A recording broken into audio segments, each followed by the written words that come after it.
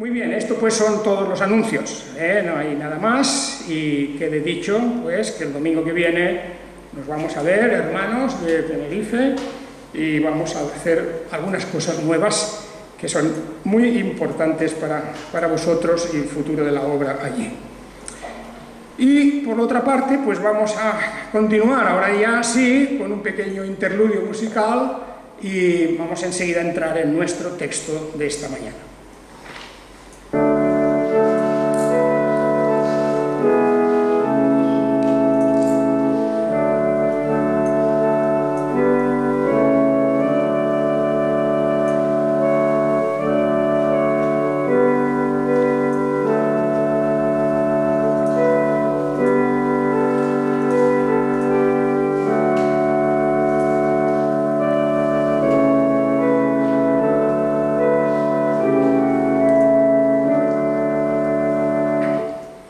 Muy bien, queridos hermanos, esta mañana vamos a entrar en el capítulo 16 de Lucas. En ese capítulo, desde, digamos, el texto que tenemos al principio del capítulo hasta el versículo 7, pero en realidad la historia o las consecuencias de esta historia, de esta parábola que tenemos al principio del 16, se prolongan, continúan en los siguientes párrafos que tenemos, por lo menos hasta el versículo 15. Pero bueno, hoy vamos a ir por partes, vamos a hablar de estos primeros 7 versículos sobre todo, alguna referencia haremos a los posteriores, y tenemos delante nuestro una parábola más. Estas parábolas que, como la anterior parábola,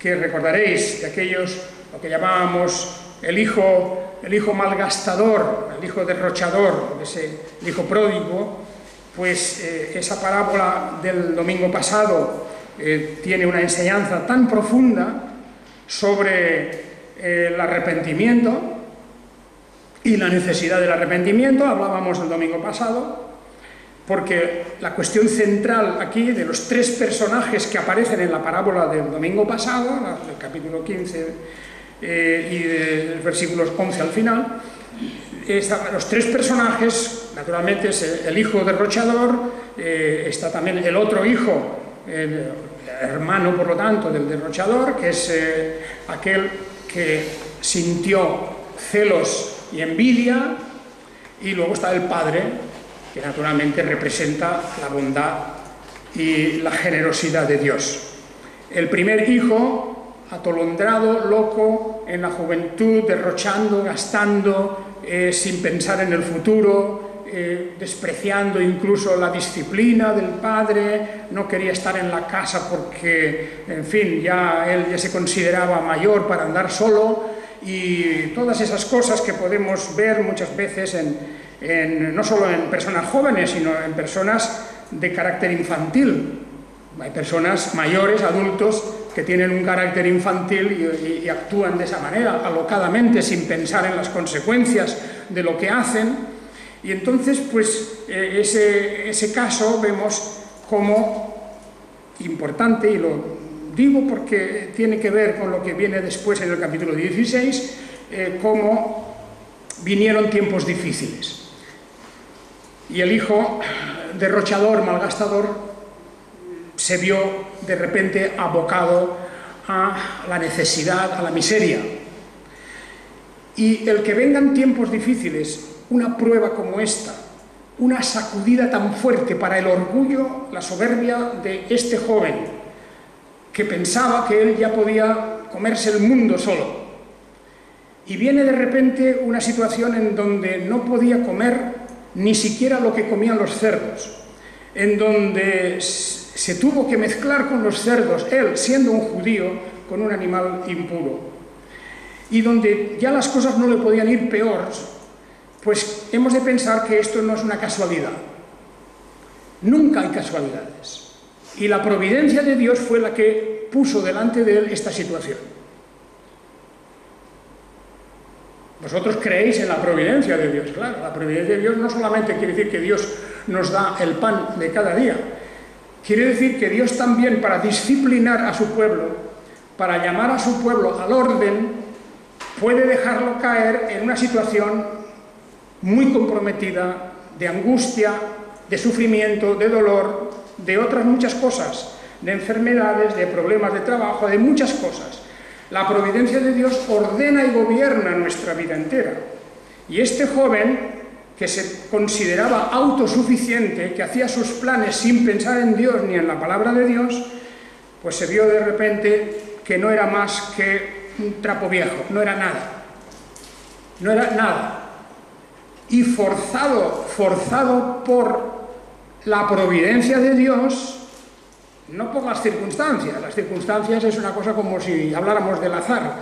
No hay circunstancias, excepto en el sentido de que lo que nos rodea, eso sí, lo que nos rodea, las situaciones que nos rodean, pero eso viene provocado por orden de Dios, que es quien trae la sequía o hace llover, quien da abundancia o da escasez. En la providencia divina se vio abocado a todo esto. Y entonces, apretado de esa manera, humillado de esa manera, viene el arrepentimiento.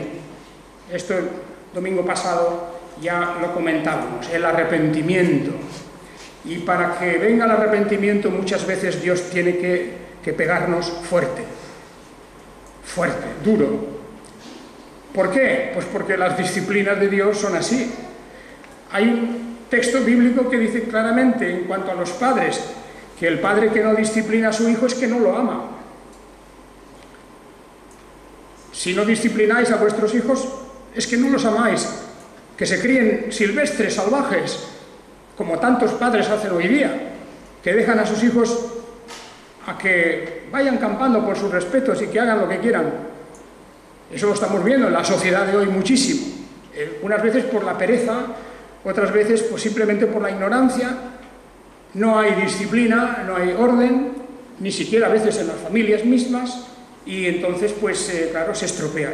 No era el caso de este joven. Este joven es que tenía un carácter orgulloso, autosuficiente, se pensaba que podía vivir solo, y con aquella gran fortuna que recoge cuando le dan su parte de la herencia, él pensaba que el mundo era para él solo. Bueno, la parábola, por lo tanto, es la parábola del arrepentimiento y de la bondad del Padre y la generosidad del Padre que recibe al Hijo arrepentido. Y la parte negra de esa parábola era el hijo mayor que se queja, lleno de celos, de envidia, y como reprochando incluso al padre de que no le ha dado a él las mismas ventajas que al otro. La envidia. Y ahí también otro... Fijaos cómo en la Biblia hace un análisis tan profundo del carácter humano. Porque lo que nos están enseñando las Escrituras es a que nos conozcamos a nosotros mismos y que no montemos un mundo artificial de la bondad humana, por ejemplo. Del humanismo que quiere ensalzar al ser humano por encima de todo, porque eso, claro, una vez que se ha arrinconado a Dios a un lado y que no se cree ya en Dios, ¿qué queda? Pues yo mismo. Y por eso el gran aforismo de que el hombre es la medida de todas las cosas. El hombre es el centro del universo. Y no es así, el centro del universo es Dios. Y la verdad de Dios y la palabra de Dios. Y por esto el joven, el hijo, el mayor, representa una parte muy negra del carácter humano, que es esa envidia, esos celos, esa negatividad que tiene de no alegrarse de que se ha recuperado a una persona que se había perdido. Y hermanos, eso es una gran lección. El capítulo 16 nos lleva a otro aspecto, a otra faceta precisamente de la conducta humana. Qué importante, ¿verdad?, que la Biblia nos enseñe cómo somos los seres humanos y cómo debemos ser cuando somos verdaderamente cristianos. No cabe en una persona cristiana Y en un carácter cristiano no cabe nada de todo esto, de los celos, las envidias, el amor a la desidia. La desidia es uno de los cánceres de la humanidad y dentro de la Iglesia. La desidia, el no poner atención en las cosas de Dios como ponemos la atención en las cosas que nos interesan de verdad o de mentira, porque es mentira. Nuestro verdadero interés en todo ha de estar puesto en la obra de Dios y en las cosas de Dios, las cosas que permanecen. Poned vuestra mirada en las cosas de arriba, dice el apóstol Pablo, en las cosas de arriba, donde están vuestros tesoros, vuestro futuro, vuestro bienestar eterno. Todo eso está en las cosas del reino de Dios, de los cielos, en ese reino. Y no cabe de ninguna forma en que una persona que se llama cristiana, pues se encoja de hombros y diga, bueno, yo, total. Y sin embargo se afana en las cosas de este mundo y en las cosas que le interesan en este mundo. Ese es el reino de los cielos. Y verdaderamente en todas estas cosas estamos aprendiendo esto. Y yo sé que muchas veces en la conciencia de algunos se puede producir una cierta revolución, ¿verdad? Y puede estar ahí un poco como hirviendo un poco en sus pensamientos estas cosas. Pero es que esa es la Biblia, es la palabra de Dios, que te pone el dedo en la llaga. Y Dios señala el dedo ahí es donde duele. Ahí es donde duele.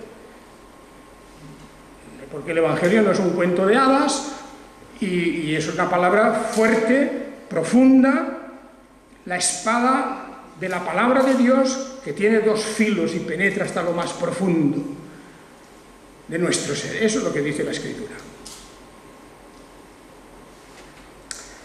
Bien, el mayordomo, en vez de palabra mayordomo, a mí me gusta más el administrador, porque eso de mayordomo parece que sea eso que vemos en las películas con las libreas, ¿verdad? Y que van con las llaves y tal. Bueno, es un administrador. Un hombre muy rico, tenía tierras y tierras y tierras, cultivos, y tenía un administrador. Y prácticamente el dueño había dejado en manos del administrador pues todo lo que se refería a su riqueza. Los campos daban cosechas. Las cosechas se vendían a los compradores, los comerciantes que venían, el aceite, el trigo, seguramente verduras, todo lo que producía, la lana, la carne, la leche, toda la ganadería que tenían. Y el administrador era el que tenía el poder de todas las cosas. Él administraba los bienes del amo, del dueño. Pero resulta que este administrador fue acusado ante el dueño de dilapidar sus bienes. La palabra dilapidar también es la misma que tenemos en la parábola del hijo pródigo. El joven aquel, el hijo menor, que se llevó la fortuna, y dice, y allí, en una ciudad lejana, pues resulta que derrochó, dilapidó. El término griego es el mismo en una parábola que en otra parábola, el mismo verbo. Por lo tanto, podemos decir que lo derrochó. Fijaos que dice allí, en el versículo 13 de nuestra versión de la Biblia, dice que malgastó.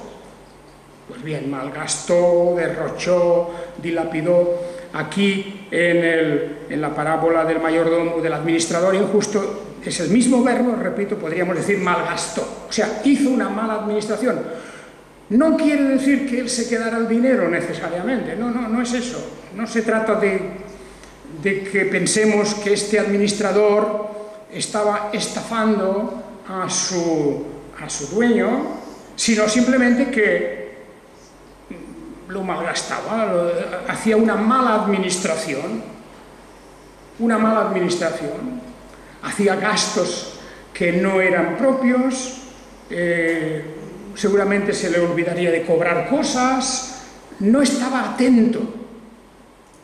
Antes hemos leído en el pasaje de hoy de 1 Corintios cómo nosotros estamos llamados a ser administradores de las cosas de Dios. Particularmente los que nos dedicamos a gobernar la Iglesia de Dios. Pero por extensión todos tenemos responsabilidades, todos los cristianos tenemos responsabilidades, porque Dios ha puesto en nuestras manos cosas para administrar. Una familia que tenemos que administrar, educar. Unos bienes que tenemos que administrar conforme a lo que la Escritura nos diga. Y tenemos el tiempo que tenemos que administrar conforme a lo que Dios quiere. Todo eso son cosas que las tenemos todos. Además, dentro de la Iglesia, los ancianos, pastores, etcétera, tienen que administrar las cosas de Dios. El régimen de la Iglesia, la administración de la Iglesia, la llevan los ancianos y pastor principalmente en relación con la predicación y enseñanza de la palabra. Y los diáconos también, los diáconos que administran también. Y nadie puede administrar esas cosas si no está llamado y está ordenado para eso. Este mayordomo, este administrador, fue acusado de dilapidar los bienes, de malgastarlos, y entonces el dueño le llama: ¿qué es esto que oigo de ti? Rinde la cuenta de tu mayordomía porque ya no puedes administrar. Lo está despidiendo. Pero le da un tiempo para que rinda cuentas. Tiene que rendir cuentas, eso no lo podía hacer en ese momento. Rinde cuentas porque ya no podrás administrar. Ya el amo ha perdido la confianza. La confianza en un administrador del que no solo uno o dos o tres acusadores, pero muchos, la voz se había extendido de que estaba administrando mal, estaba derrochando el dinero del amo. Qué gran responsabilidad esta, ¿verdad? Si tenemos algo para administrar y no lo hacemos bien o fielmente, vamos a tener que rendir cuentas un día ante Dios. Eso podéis estar seguros de que es así, absolutamente seguro. Que nadie se las prometa muy felices diciendo o pensando que a Dios se le va a olvidar. Como pensando, a lo mejor algunos piensan, como hay tanta gente, a lo mejor yo me puedo colar por ahí. No, uno a uno. Uno a uno hemos de dar cuentas, hemos de responder de la administración de todo lo que Dios nos ha dado. Porque nos lo ha dado Dios, no pensemos que eso es algo independiente de Dios. Cosas materiales, cosas espirituales, todo absolutamente es del Señor y para el Señor, y por eso hemos de rendir cuentas. Ahí tenemos los juicios que la Biblia nos habla, ahí tenemos esa comparecencia ante el tribunal de Cristo para rendir cuenta incluso de las palabras que decimos. Incluso de las palabras que decimos. Porque no hay palabra ociosa. Y la gente a veces habla sin pensar, incluso los cristianos, por desgracia, hablan sin pensar que un día van a tener que dar cuenta de eso. Pero, ¿cómo es ahí? A veces uno oye cosas que se queda pasmado. Pasmado, como diciendo, ¿esta persona tiene algún temor de Dios?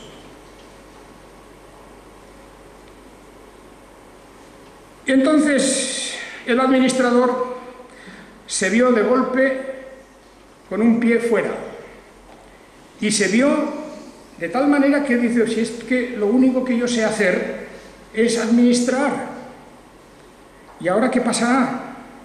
Si mi amo me quita la administración, dice, para acabar no tengo fuerzas, ya era un hombre pues ya mayor, y para mendigar me da vergüenza.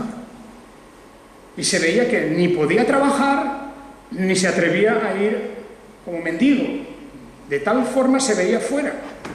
Nada de indemnizaciones, nada de recompensas, nada de nada. Fuera. Mal administrador, has derrochado, no te han importado los bienes del amo, fuera. No hay segunda oportunidad. Esto es muy importante, porque cuando una persona, sobre todo en las cosas de Dios, cuando una persona ha demostrado que no ha administrado bien las cosas de Dios, que no ha sido fiel en la administración de las cosas de Dios, esa persona no merece una segunda oportunidad. No merece segunda oportunidad. Máxime si no ha habido arrepentimiento profundo, con llanto de arrepentimiento.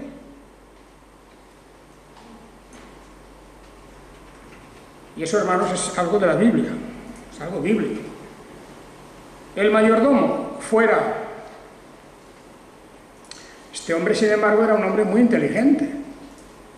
Era una persona que tenía ideas bastante claras de cómo se puede manipular las cosas. Y pensó, bueno, ya sé lo que haré. De repente se le ocurre la idea brillante, se enciende ahí la bombilla y dice, pues voy para que cuando me quite la administración me reciban en otros lugares. ¿Qué voy a hacer? Entonces llamó a cada uno de los deudores. Claro, el amo no sabía nada, no sabía quién le debía dinero, cuánto le debían, no sabía nada, era de esas personas que había puesto toda su confianza en este administrador y no tenían ni idea. Eso es una práctica que se ha extendido a lo largo de la historia, ¿no? Como aquellos nobles y lo que todavía queda, los grandes hacendados que tienen sus administradores, pero no sé, ellos se divierten, se dan todos los placeres posibles, pero no quieren entrar en... ya tienen uno de confianza y piensan que él administrará bien. Y efectivamente el amo no sabía nada. Quiere decir que allí, en algún libro, en algunas formas, llevaban los apuntes y él dice, bueno, pues voy a ir llamando a todos los que deben, los deudores de mi señor y voy a arreglar las cosas. Y le pregunta, ¿cuánto debes a mi señor? Y le dijo, pues 100 barriles de aceite. O sea, el equivalente a 100 barriles de aceite. Le había comprado 100 barriles de aceite y le tenía que pagar. Aún no le había pagado. Y le dice, bueno, toma tu cuenta, siéntate y escribe rápido 50. Venga, rápido, como ya empezaba a haber gente ya. 50. De manera que te perdono 50. Pues por supuesto que el dueño no sabía nada de esto, ¿no? Pues le deja la deuda en la mitad. En la mitad. Y al otro, ¿y tú cuánto debes? Y el otro dice, pues 100 medidas de trigo. Y le dice, pues toma tu cuenta y escribe 80. Y así hemos de pensar a cada uno de los deudores. Dice, llamando a cada uno de los deudores de su señor, tal, ahí tiene el primero, el segundo, y así la lista que haya de todos los deudores. Qué fácil es perdonar una deuda si no eres tú el acreedor, ¿verdad? Qué fácil. Con lo que no es de uno, con lo que no es propio, uno puede ser muy generoso. Muy generoso. Dinero que no es mío, bueno, eso lo estamos viendo en los administradores públicos. Los administradores públicos. Había una señora, pues una señora ministra, me parece que fue, o una gran administradora que decía eso, dice, el dinero público no es de nadie. Una frase que se ha quedado ahí famosa de la ignorancia de esos políticos, ¿no? El dinero público no es de nadie, decía, y naturalmente lo derrochaban. Y lo derrochan, siguen derrochando dinero por todas partes, en sus banquetes, en sus viajes, en sus cosas, en la corrupción, etc. Aquí vemos también un caso de corrupción, claro. Este administrador, pues, empieza a rebajar las deudas de todos, en perjuicio del amo. Pero no le importa, porque como no es suyo, qué fácil. Pero fijamos aquí algo curioso, porque luego en el versículo 8, que es la continuación, en realidad hemos puesto la historia aquí, pero la consecuencia de todo esto viene luego, que es un pasaje, por cierto, algo complicado, algo difícil. No vamos a entrar hoy mucho en la explicación de este pasaje, del versículo 8 al 11, y luego del 8 al 3, al 12, quiero decir, y del 13 al 15. Todo eso vamos en la semana que viene a repetir algunas cosas, pero vamos a explicar bien, porque es un pasaje un poco especial. Seguro que os ha llamado la atención. Voy a leerlo, versículo 8 al 12. Dice, y elogió, fijaos, elogió el Señor al mayordomo de la injusticia, porque había actuado sagazmente. Había actuado sagazmente. Cosa más extraordinaria. Porque había actuado sagazmente. Dice, los hijos de este siglo son más sagaces respecto a su generación que los hijos de la luz. Bien, aquí, en primer lugar, hay una cosa que quiero aclarar, o por lo menos mencionar, porque fijáis, en la Biblia textual pone Señor con mayúscula, y pone una nota, y dice Señor, el Señor Jesús. Puede ser, eso puede ser una posibilidad. Hay comentaristas que dicen que la palabra Señor no se refiere al Señor Jesús, sino al Señor, el hacendado, el dueño del campo. Porque esa palabra Kyrios puede significar el amo. Simplemente, Kyrios no es siempre una palabra sagrada refiriéndose a Dios, aunque cuando se refiere a Dios también se le llama Kyrios. El Kyrios, el Señor, ¿verdad? Pues tiene la misma palabra que cuando se habla del amo o de un señor cualquiera. Bien, ahí tenemos el primer pequeño problema, porque ¿quién habla ahora? ¿Quién hizo el elogio? ¿Hizo el elogio el Señor Jesús o hizo el elogio el amo? Porque aquí hay pues un pasaje de que, en fin, hay que estudiarlo con cuidado, aunque la lección final no es tan complicada. La lección, cuidado, fijaos, dice, elogió el Señor al mayordomo de la injusticia porque había actuado sagazmente. Los hijos de este siglo son más sagaces respecto a su generación que los hijos de la luz. El contexto parece que nos viene a decir que esto fue un comentario que hizo el Señor Jesús a continuación de la parábola, de la historia. Como si el Señor Jesús les dijo a los discípulos, les dijera a los discípulos, vosotros ahora mirad esto, lo que ha hecho ese mayordomo, pues ha sido una acción de astucia, astuto. Y se puede decir que en cierta manera se puede elogiar.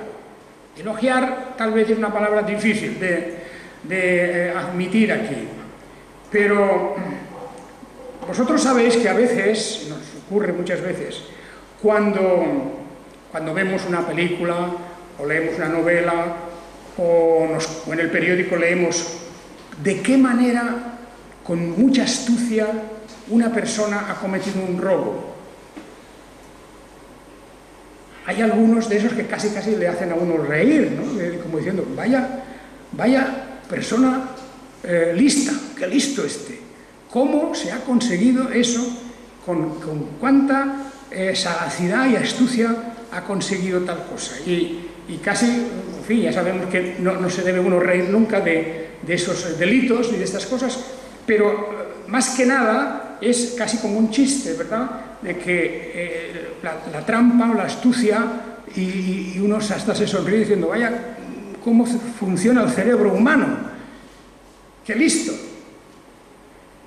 Naturalmente que aquí el mayordomo, que había derrochado, no lo olvidéis, no había robado, no había robado. En ese aspecto el mayordomo o el administrador no era un ladrón, hasta ese momento. Cuando rebaja la deuda, claro está que entonces no se lo va a quedar él, pero sí que hace algo que es impropio, que es desposeer al dueño de sus beneficios legítimos. Eso sí, en ese sentido actúa mal. Pero por lo demás demuestra una astucia o una sagacidad para evitar las consecuencias del despido. Ese es el problema. Porque fijaos cómo vienen las palabras del Señor en el versículo 9. Yo os digo, ganaos amigos por medio del mamón. La palabra mamón era de los bienes, de la riqueza. Sabemos que también era el nombre de una divinidad, el dios del dinero, o la personificación del poder de las riquezas, el poder de las riquezas. No se refiere Jesús aquí a que vayamos a Mamón, que era el dios del dinero, sino el poder del dinero, el poder de las riquezas. El mayordomo tenía un poder en sus manos, que era administrar. Y Jesús saca de aquí una consecuencia: ganaos amigos por medio del poder del dinero, de la injusticia. Dice, para que cuando el dinero de la injusticia se refiere a que no son los bienes espirituales, no son los bienes del reino de los cielos. Estamos hablando de las ganancias de este mundo. Utilizadlas también para ganar amigos, para que cuando os falten, os reciban en las moradas eternas. Es una expresión difícil que hemos de analizar con más tiempo que el que tenemos hoy y que siempre se ha sometido pues, a varios comentarios. Hemos de aclararlos, etc. Pero lo que está claro aquí es que el Señor nos está diciendo: cuando tengáis en vuestras manos instrumentos, medios, no los dilapidéis, como hizo el joven de la otra parábola. Utilizadlos bien, con vistas al futuro. Esa es la idea principal. Y cuando eso lo trasladamos al capítulo espiritual, a las cosas del espíritu, aún más. Los dones que Dios nos ha dado, no hablo del dinero, sino hablo de otros dones espirituales, el conocimiento de la verdad, el testimonio, todas esas cosas que son una riqueza espiritual, utilicémoslo bien. Y también seremos recibidos en las moradas eternas. Pero vamos a esperar al próximo domingo para explicar este pasaje, sobre todo este versículo 9. El versículo 9 es el que representa un poquito más de problema, dificultad de exégesis. Hay que analizarlo más a fondo. Pero ya de ahí, y con eso terminaré hoy, lo que es importante es lo que decíamos antes. Versículo 10, eso es muy importante. El que es fiel en lo muy poco, también es fiel en lo mucho. Y el que en lo muy poco es infiel, también en lo mucho es infiel. Por eso os decía yo antes que a este mayordomo no se le da una segunda oportunidad. En lo mucho había sido infiel. Había sido infiel, le había dado toda la confianza, le había dado todas las posibilidades. Fue infiel, pues también en lo poco será infiel.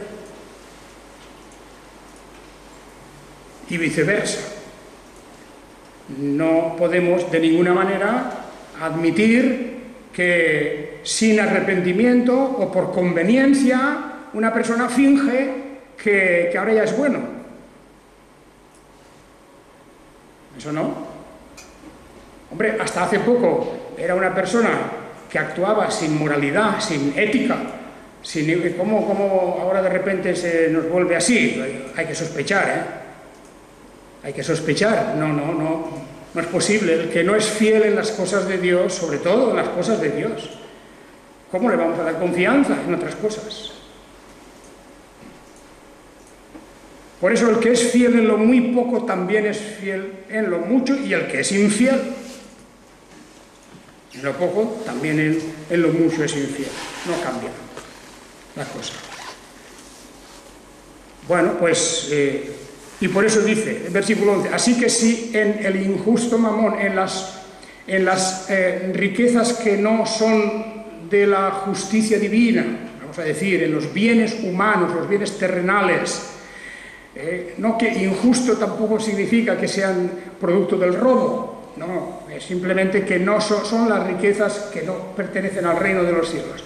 Si en eso no fuisteis fieles, ¿quién os confiará las riquezas verdaderas? Las riquezas verdaderas. Si en las riquezas pasajeras, en las riquezas de este mundo, en las responsabilidades de esta vida, si uno no es fiel, ¿cómo se le va a confiar lo que es verdadero, las cosas eternas? Y si en lo ajeno no fuisteis fieles, ¿quién os dará lo vuestro? Quiere decir, ¿quién te va a dar en propiedad una cosa? Vas a hacer lo mismo que hizo el joven de la parábola del hijo pródigo, lo vas a dilapidar y derrochar. No eres buen administrador, fuera. Las cosas del reino de los cielos son así, son bastante blanco y negro. Y nadie se ha de extrañar de que, claro, lo que es en relación a la Iglesia de Dios. A mí me gustaría que muchos leyeran el libro de disciplina en las iglesias de los siglos XVI y XVII, porque hay mucha gente, ojo, hay mucha gente que se llena la boca con la palabra Calvino, porque si Calvino y esto y lo otro. Bueno, unos para denigrarlo y para echarlo por tierra, otros para ensalzarlo. Y muchos no conocen de verdad lo que representa Juan Calvino. Yo sé que no, porque no han leído muy poquito, yo sé que han leído poquito. Y vosotros no sé si sabréis que Calvino, que fue llamado a Ginebra por los gobernantes de Ginebra para implantar la reforma allí, y todos entusiasmados porque Calvino era una figura, Calvino era un hombre ya conocido y famoso, etcétera, gran teólogo, y lo llamaron los de Ginebra y le dijeron: ven aquí y establece las bases de la Iglesia, de la Reforma, todo. Y allí fue él, y estuvo un tiempo, y cuando pasó el tiempo y la gente empezó a ver, sobre todo los que tenían un cierto poder y una cierta autoridad, etcétera, cuando empezaron a ver que Calvino estaba imponiendo una disciplina que no toleraba determinadas cosas, que poco a poco iba cerrando el círculo para limpiar la ciudad de esa especie de individualismo, de que cada uno hacía lo que quería, pues se asustaron de tal manera los gobernantes de Ginebra que le dijeron: Calvino, márchate de aquí. Y efectivamente, Calvino fue expulsado de Ginebra. Fue expulsado por causa de la disciplina que él fue a establecer en Ginebra. ¿Qué pasó? Él se marchó cerca de la frontera con Alemania y al cabo de muy poco tiempo quiere decir un par de años, una cosa así si no recuerdo mal, Ginebra se había convertido en un caos, sin disciplina, sin orden. Lo que llamaríamos vulgarmente aquí entre nosotros, llamaríamos una olla de grillos. Cada uno hacía lo que quería. Urgentemente llamaron otra vez a Calvino. Y efectivamente Calvino volvió a Ginebra.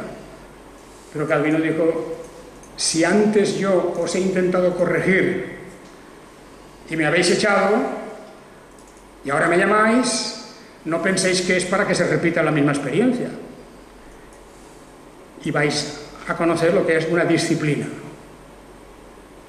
Y efectivamente, la disciplina calvinista, para los que se llaman calvinistas o piensan que son calvinistas, harían bien en leerse los libros de disciplina de las iglesias reformadas, particularmente la de Escocia. Yo creo que calvinistas se van a quedar muy poquitos. Creo que sí. Está muy bonito hablar de calvinismo, pues si uno cree en la predestinación y todo eso, bueno, todo eso muy bien, pero la verdad se demuestra andando. Los nombres no sirven de nada, los títulos no sirven de nada, La verdad se ha de demostrar andando. Y bueno, no vivimos ya en el siglo XVI o XVII, por supuesto que no. Yo creo que si Calvino viniera hoy y estuviera en las iglesias reformadas de hoy, pues en fin, le iba a dar un colapso al pobre.